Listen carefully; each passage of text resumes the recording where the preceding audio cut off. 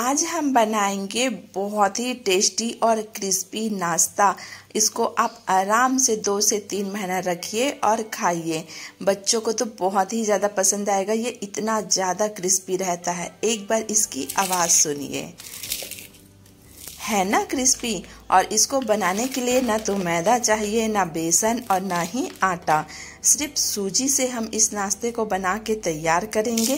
खाने वाले बस खाते ही रह जाएंगे और तारीफ करेंगे। तो चलिए हम बनाना स्टार्ट करते हैं। आप सभी का स्वागत है सीजी किचन विद झरना में। तो यहाँ पे गैस में कढ़ाई चढ़ाई हूँ। 2 चम्मच के लगभग तेल डाल रही हूँ। अब यहाँ पे डालेंगे चुटकी भर हींग।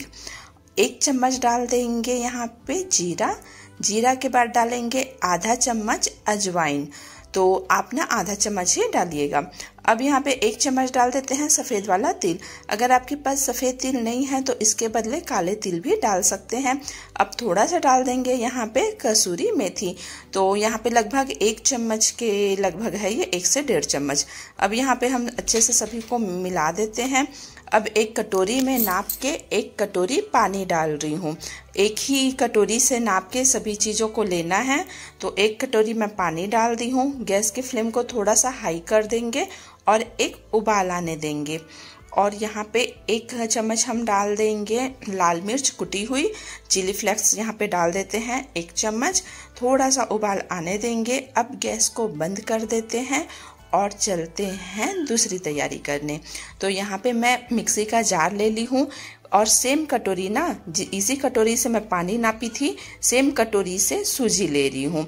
तो यहाँ पे टोटल मैं 1.5 कटोरी ले रही हूँ सूजी। 1.5 कटोरी सूजी लेने के बाद इसको हम बंद करेंगे और अच्छा बारीक होते तक पीस लेंगे। मिक्सी को थोड़ा ज़्यादा टाइम तक चलाइएगा। तो अब यहाँ पे मैं परात में डाल दी हूँ सूजी। देखिए एकदम बारीक हो गया है। थोड़ा ज़्यादा टाइम तक मिक्सी को आप चलाइएगा तो ऐसे ही एकदम बारीक पाउडर बनके तैयार हो जाएगा। अब जो हम कढ़ाई में मसाला तैयार किए हैं ना पानी वाला, तो उसको इसमें पूरा डाल देंगे। इसमें अलग से और बिल्कुल भी पानी ऐड करने की ज़रूरत नहीं है। जितना हम पानी लिए हैं ना उतना ही इसमें लग जाएगा। ना तो गीला बनेगा और ना ही सूखा, एकदम परफेक्ट तैयार होगा। अब यहाँ पे ठंडा हो गया है हल्का सा, तो हाथों से मैं इसको अच्छे से मिला देती हूँ। ना तो उंगलियों में चिपकेगी और ना ही परात में।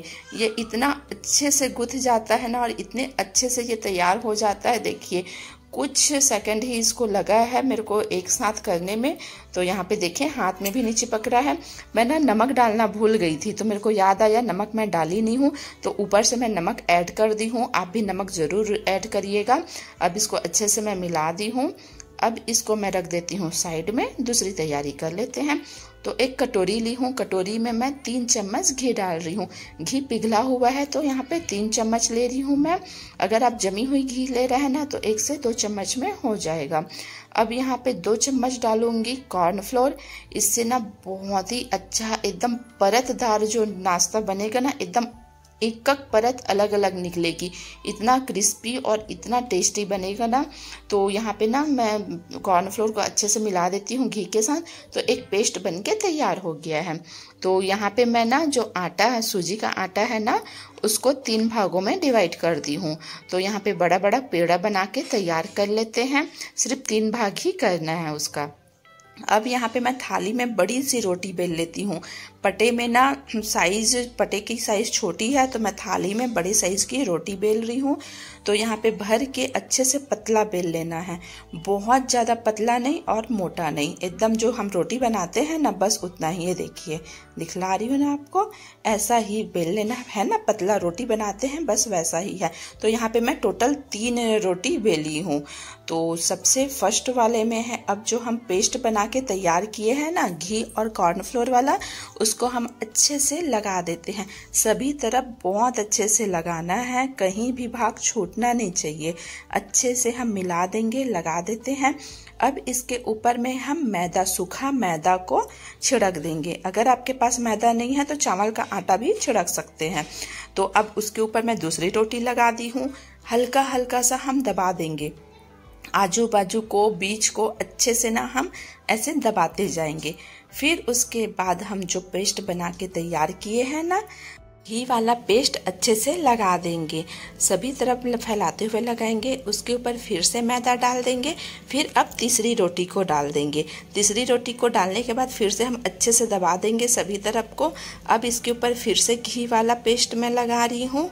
उसके ऊपर फिर से हम मैदा लगा देंगे।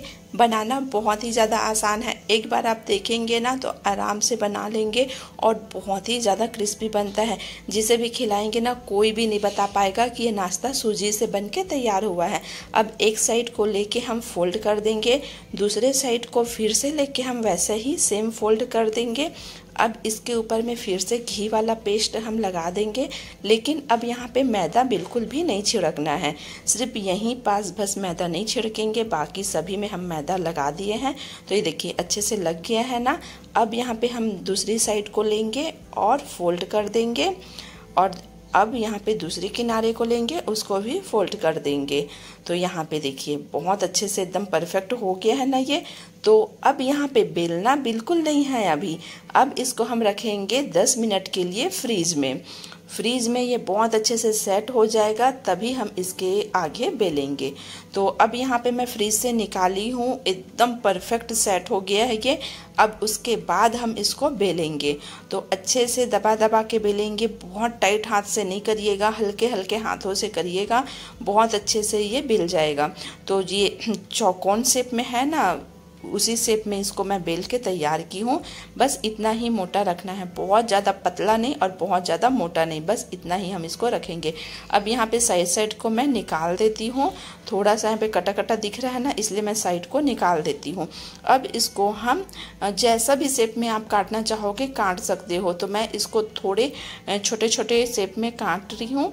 अब यहाँ पे हम मतलब चौकोन शेप रहता है ना छोटा छोटा, बस उसी शेप में मैं डाल रही हूँ। जब हम इसको तलेंगे ना एक एक परत अलग अलग निकलेगी, इतना सुंदर दिखता है ना। यहाँ पे देखिए दिख रहा है ना, एक एक परत अलग अलग दिख रही है। तो अब चलते हैं गैस पे। तो गैस में मैं कढ़ाई चढ़ा चुकी हूँ, एकदम ठंडे तेल में डालना है इसको। बस गैस को ऑन की हूँ और इसको डाल देना है।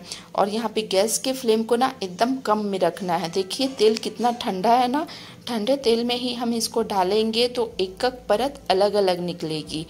तो यहाँ पे जितना तेल में आएगा उतना मैं डाल देती हूँ और इसको ना छोड़ देना है, बस कुछ मिनट के लिए छोड़ देना है, ना चम्मच चलाना है ना कुछ भी नहीं। तो यहाँ पे देखिए कुछ मिनट हो गए हैं और इसकी परत दिखला रही हूँ मैं, लगभग 2 से 3 मिनट हुआ है और इसकी परत देखिए कैसे अलग अलग निकल गई है। और मैं पास से दिखलाती हूँ थोड़ा सा, देखिए मैं चला रही हूँ चम्मच तो आपको पता चल ही रहा होगा कि देखिए कितने अच्छे से पूरी परत खिल के निकल गई है। देखिए निकल गई है ना। तो अब यहाँ पे गैस के फ्लेम को मीडियम में कर दूंगी और क्रिस्पी होते तक तल लेंगे। परत जैसे ही अलग अलग निकलेगी ना तो गैस के फ्लेम को मीडियम में करेंगे और क्रिस्पी होते तक, गोल्डन कलर होते तक तलेंगे। तो यहाँ पे हल्का सा कलर चेंज हो चुका है। तो अब यहाँ पे मैं इसको पूरे को निकाल लेती हूँ, क्योंकि बहुत अच्छे से कलर आ गया है गोल्डन कलर, इससे ज़्यादा हम इसको नहीं तलेंगे। तो अब मैं पूरे को निकाल लेती हूँ और जो बचा है ना उसको सेम प्रोसेस के साथ मैं तलूँगी। और ना कुछ मिनट के लिए गैस को बंद कर दीजिएगा, उसके बाद डालिएगा, क्योंकि अभी तेल अच्छा ज़्यादा गर्म हो गया है। तो यहाँ पे हमारा नाश्ता बन के एकदम तैयार हो गया है, बहुत ही ज़्यादा टेस्टी और क्रिस्पी। अच्छी लगी होगी रेसिपी तो वीडियो को लाइक करिए, चैनल को सब्सक्राइब करिए और यूं ही बने रहिए। वीडियो देखने के लिए थैंक यू।